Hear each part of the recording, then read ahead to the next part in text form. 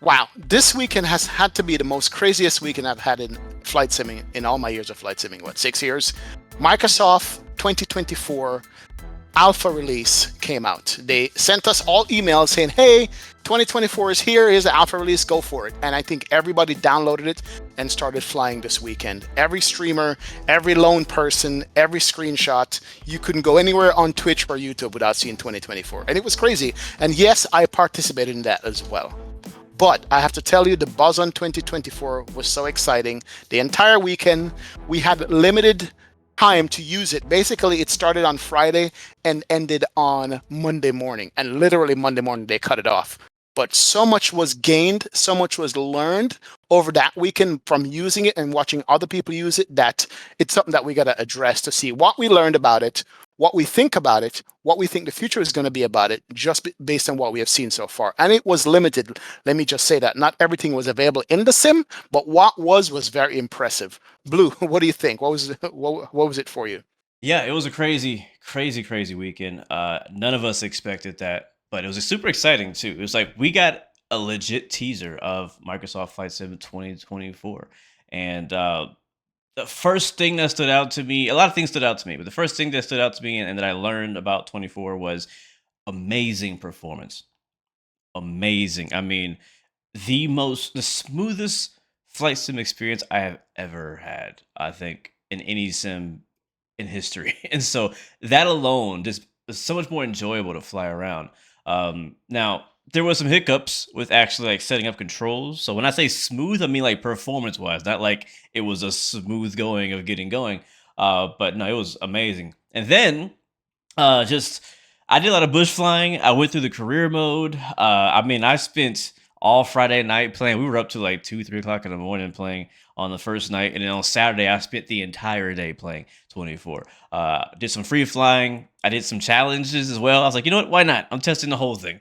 And then I did a lot of career mode. I went as far as they'd allow me to go in career mode, and I learned a lot about that as well. It was a tease. It was a big tease. And then I know you got into the third party experimentation. So I want to hear your experience with that. We can start there. How did that go for you?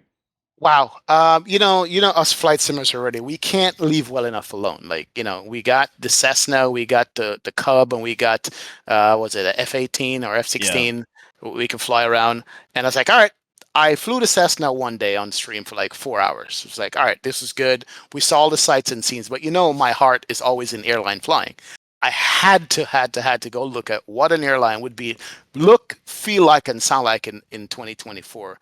And it answered a couple of questions for me.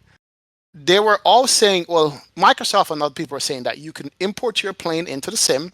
It would just work, but to take advantage of the new flight model, you're going to have to rework some things. I'm finding out that it does not just work. Third-party developers are going to have to do some tweaking to get everything working right, i.e., your scroll wheel for mouse support for clicking a switch. That didn't work. In the Airbus that I flew, the push-pull button didn't work properly. I had to right click and left click to make that work sometimes, right? You have to recal your throttle quadrant. Like I couldn't get my TCA Thrustmaster Airbus quadrant to work properly, so I used the Boeing one and that worked. Things like that, little annoying things that's going to be a showstopper for people, is going to have to be addressed by third-party developers when the sim comes out. It's not just straight, let me drop my old airplane from 2020 into 2024 and it works. But I don't think it should take long.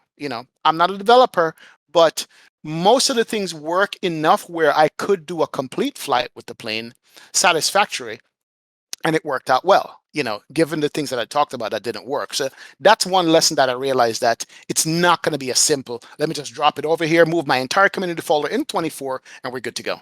You understand? It's not going to work. But what I loved about it, though, I got to see 2024 from altitude. Cessna only goes up so far. I Yeah. went up to what, 26, 27,000 feet and looked at the clouds and how beautiful they looked. Wow.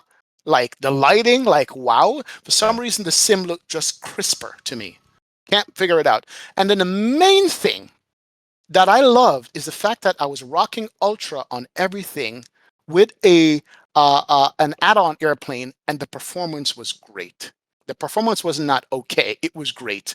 It was smooth with no stutters. That blew me away. Like whatever they did to gain us better performance, it's working. It has worked and it's gonna work, which is really good, man. So those are the Yeah. two main things my takeaway from it is. Like I said, the smoothest performing sim I've ever run. I mean, no matter what altitude you were at, no matter how low you were, I didn't get any stutters. It was just, I mean, I don't know how many FPS I got. I wasn't counting FPS, but it was just butter smooth. And back where you were saying about flying through the clouds, that brings me to the weather. Seeing the weather effects on the ground, the rain on the runway, on the tarmac, the rain reflection or the water reflection off of the ground was some of the best I've seen in flight sim. It was very, very impressive. Like I would just turn rain on just to get the runway wet. And then in the Cessna, for example, when you're sitting there on the runway and the rain or the runway is wet, you get that kickback water effect too, which is default, right? In Microsoft Flight Sim. Right now in 2020, you got to buy an add-on to do that. And so that's going to be default. Like I told you, I didn't do any airliner tests myself. I did throw in a few aircraft to try to test from 2020, but pretty much none of them worked for me. And so, like you said, I think most planes, sadly, are going to have to do something to make them work in 2024, even if it's a little bit of a change. But sadly, that's sucks for us, right? 'Cause that means we're probably not going to be able to enjoy our favorite planes in 24 on day one. We have to wait a bit. So something that I learned was that, but also I'm really hoping that these default planes that we're getting in 24 will actually be good enough to fly, right? Because back in 2020, we had the default 320 and 747 and 787, and then they were basically unflyable, right? It was unenjoyable to fly those. Thankfully, fly-by-wire came through and fix that. So I'm hoping with the default planes we can actually fly them. But my next point was I learned through doing GA flying is that I feel like this sim honestly is delivering on what was advertised. What do I mean by that? What I mean by that is in all the trailers you see all the career mode and mission stuff, but they've also advertised the planes getting dirty on the ground. And trust me, I got real dirty flying around Alaska, landing on random little mud spots and dirt runways. And I mean, I can't tell you how oddly satisfying it was to drive my X Cub into the dirt and see the mud kicking up in the back and the propeller wash pushing back dirt and all that. I mean, it's just, I don't know why I enjoyed that so much. Flying over the farms, we saw that in the trailer as well, where you're flying through. You see the farms have all these really cool crops in 3D on them, and that was all there in the sim generating. I had what was that XP? I had hay bales show Yep. up at a farm With snow on top. with snow on top. I landed at some random farm in Kansas, and from hay bales were just laying around in his farm. Like, what? Who left these here? By default. So like things like that were pretty cool. Flight physics to me.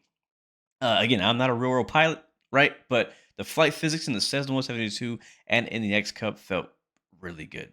The way the aircraft handled, the way it interacted with the wind, with the ground. I noticed when I got low to trees or to any obstructions on the ground, you started getting a lot more turbulence because that air is bouncing off of the ground, right? And it got to go somewhere. It's coming back up, it's hitting your wings, it's pushing you around and getting that turbulence. Not always, but I got it in a few different spots. So that was nice. That's not new, I don't think. I think 2020 kind of does it, but I definitely felt it. It felt nice to land. I mean, there's so much. Like you said, graphically, it looked crisper. It looked better. The sun looked really good. What else did I do? I did career mode and learned a lot about career mode. Honestly, it was pretty enjoyable. I really enjoyed it. It was really nice getting my private pilot license, getting my commercial license, flying passengers around. I didn't know the passengers were going to actually talk back to you. That was new. Yeah, did they do it for you? No, I didn't see that part, but go Yeah, ahead. so I in the did get first my private pilot license, but I didn't go after that. But go ahead. in the first mission, you fly with your instructor. He talks to you, right? So that voice is hit That's or right. miss. Yeah. It's whatever. But after that, when you get your license, you can do missions, and in the missions, the passenger, if you have passengers, the passengers who board the aircraft will actually kind of like make comments throughout the flight, saying, "Oh, what a beautiful view," or "It's my first time flying," or like various variations of that and stuff like that. It was kind of cool. The voicing or it was a little, you could tell it was the same system they used probably for AI ATC, but it wasn't the best AI. So, but overall, pretty cool experience. It was definitely a tease. I wanted to do more. I got up to like level 12 or something like that and had to stop, unlock, create a company, and unlocked some other stuff, but I just couldn't access. But yeah, it was, I think I'm gonna spend a lot of time in career mode. I think a lot of people are gonna be surprised. Now, one thing, remember how me and you talked about a long time ago? Like, how is career mode gonna work? Is it gonna load you on a runway? Remember that discussion me and you had? Right. Yeah, remember that. Is it gonna hold your hand? Well, it does, but then it also doesn't. And I think this is why I like and dislike some of it. So, in the way that it doesn't hold your hand is that it does spawn you on the ramp cold and dark, and you can start the aircraft yourself. You have a little prompt at the top that says, "Hey, start your plane." That's all it says. Doesn't tell you how to do it. It just says, "Start your plane." So you could either do the quick key of Control E, or you can go through the process and do it yourself. And so obviously, I did everything myself. And so after you do that, you press another button, and that basically says, "Hey, tell the passengers they can come aboard." And so you hit this button, and then you get to that cutscene that we've all seen in the trailers. And the passengers start walking over to the plane. Now, it's not like GSX where you look to your left and see them. It's like a cutscene, right? Right. And I think that's going to vary depending on the mission type that you do. It tells you, hey, taxi to the runway. It kind of forces you to use ATC. That I don't like. You don't have to use ATC, but you will get docked a lot of points for not using the ATC. And when it comes to progression, that's going to hurt you in the long run. It also has a bit of a like line in the sky, or not a line, like Guide. gates, Right. guides in the Gates. sky, showing you like Right. kind of which way to go. Now you don't have to go that way. I tested it going through the gates and going outside the gates. It doesn't seem to matter as long as you land the right airport and as long as you take off from the right runway, I believe as well. So there's a few little things there, but I would like a bit more freedom in that area. I don't want to have to fly your guides. I don't want to have to fly your flight plan. I don't want to have to talk to your ATC, but I don't think they're going to change that. I think that's a core thing. So when it comes to airliners later on, right? How is that going to look? Okay, we can start code in dark. That's cool. But after that, is it going to make you taxi to the exact spot? Because as we know, and we learned a while back, it's going to be single player. What if you want to fly on VATSIM? How are you going to do both at the same time? Can you do both at the same time? I don't know. True. And you don't want to see those blue boxes in an airliner flying. I do not want to see those blue boxes. It's true. You I don't. hated those blue boxes. I was like, please take them off the screen. Yeah. So, True. but yeah, that was my experience with career mode. I only unlocked like 3 different types of missions. That's all they can allow you to do. But yeah, that's kind of what I liked and disliked about career mode. There was a livery maker in career mode. I'm not sure if people saw this. There was a way you create your own livery after you start your own company. So that's something new that I didn't realize they were going to do. And I think that career mode is probably one of the biggest selling point that Microsoft is going for with this. Yeah. It's the career mode itself, not necessarily the free flight or the photography, or I think it's the career mode. We'll see how that shakes out, though. Funny enough, talk about airliner and flying in career mode. One of the main requests I had to get an airliner into the sim to look at it was to see if the wipers work on the windshield, and they did work. So yeah, spoiler alert, the wipers on the windshield do work in that. I want to step back here a little bit because I got some, of course, it's flight sim and you always have positive and negative comments. I got some negative comments about Microsoft 24. Like, it doesn't look any different than 2020. It's not, doesn't look different enough. It didn't go far enough. It still looked the same thing, the same sim. And I had to come up with a list of order of priority of what I think the benefits of 24 are, starting with the biggest benefit to the smallest benefit. And here is my list, and tell me what you think about this. The biggest benefit for 24 for me right now, so far as I see, is performance, as far as what you get with the kind of graphics card or system that you have. People with lesser systems are getting better performance than 2020. We didn't talk about load times. Oh, we're getting there. So that was number one, right? Number two is load time. Literally, if the sim crash, it'll be back at the same spot within 3 minutes, not even 5 minutes. The sim loads so quickly. I mean, I know it might change the bigger your community folder gets, but it's less than a fraction of what 2020 was. Yeah. The load time is ridiculously quick on this.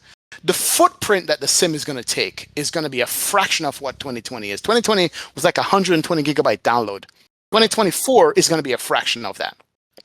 I have the way the sim looks and scenery like maybe number 5. It's not even my number 1 priority, to be honest. You know, they've tweaked it enough where it looks different. But my biggest thing is the size of it, how quick it loads, and the performance. Those are the main 3 things to me for 2024. You know what I mean? What do you think about, that? Yeah, As I being the main- 100% agree. That was going to be my exact same list. Was performance was the best. The load times, which is think about it, that's our biggest complaints with 2020 is people are struggling for frames, and then we're waiting forever for load times, and they've answered those issues. So those are my top ones. Obviously, there are some graphic improvements. Another one that we didn't mention was the flight model and flight physics. I think Yeah. that is definitely probably on there behind the third one, as you said.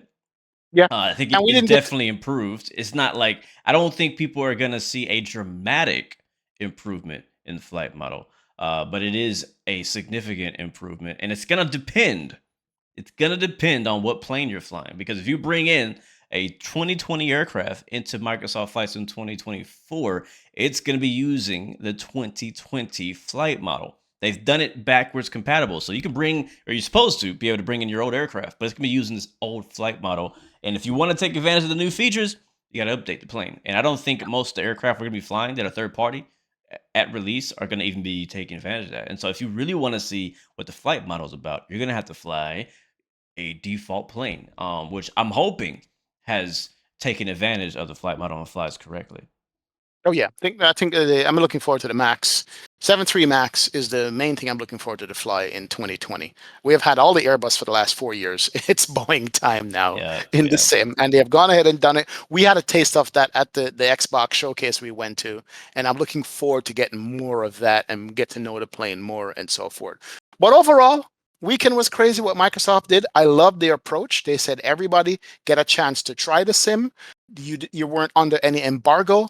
You could show whatever you want. You could talk about whatever you want. You can walk on water. I've seen some guys walking on water in stream, which is pretty cool. You yeah, know, we haven't talked about the walk around mode where now if when you spawn at a gate or anywhere, you're outside the plane walking around doing checks before you go back inside the cockpit.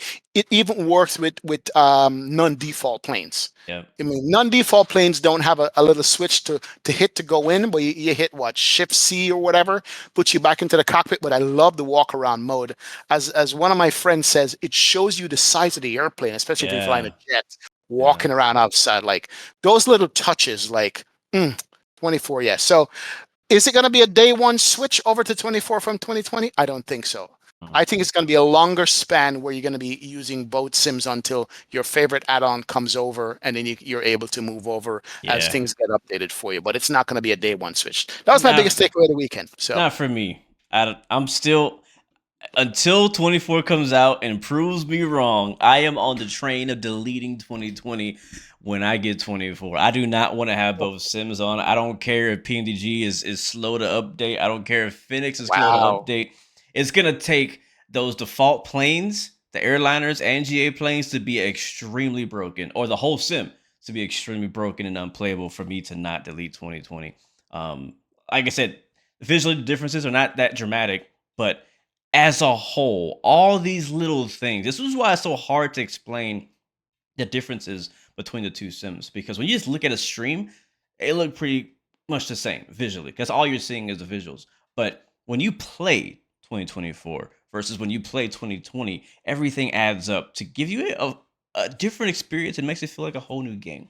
And so for that reason, like I don't want to stay with 2020. Plus, I just don't have the space to do it. So I got to cut the plug.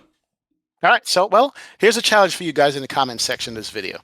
Let us know if you're a day one cutoff 2020 done, don't look back, or you're going to be running both sims side by side. Let us know. Give us a shout out in the chat and let us know what you guys think. But we'll see what happens. We'll wait for 2024 to drop and we'll continue this discussion later on. Appreciate you guys for hanging out with us in all the Blu-XPerience, and we will talk later. See ya.